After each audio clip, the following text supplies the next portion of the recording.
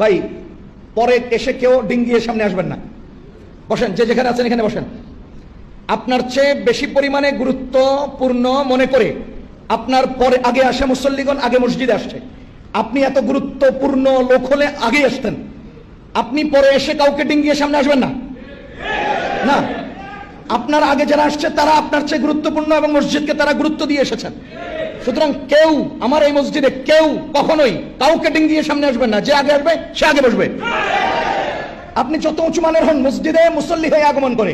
বাংলাদেশের প্রধানমন্ত্রী ডক্টর ইউনূস যদি মসজিদে প্রবেশ করেন, কি হয়ে প্রবেশ করেন?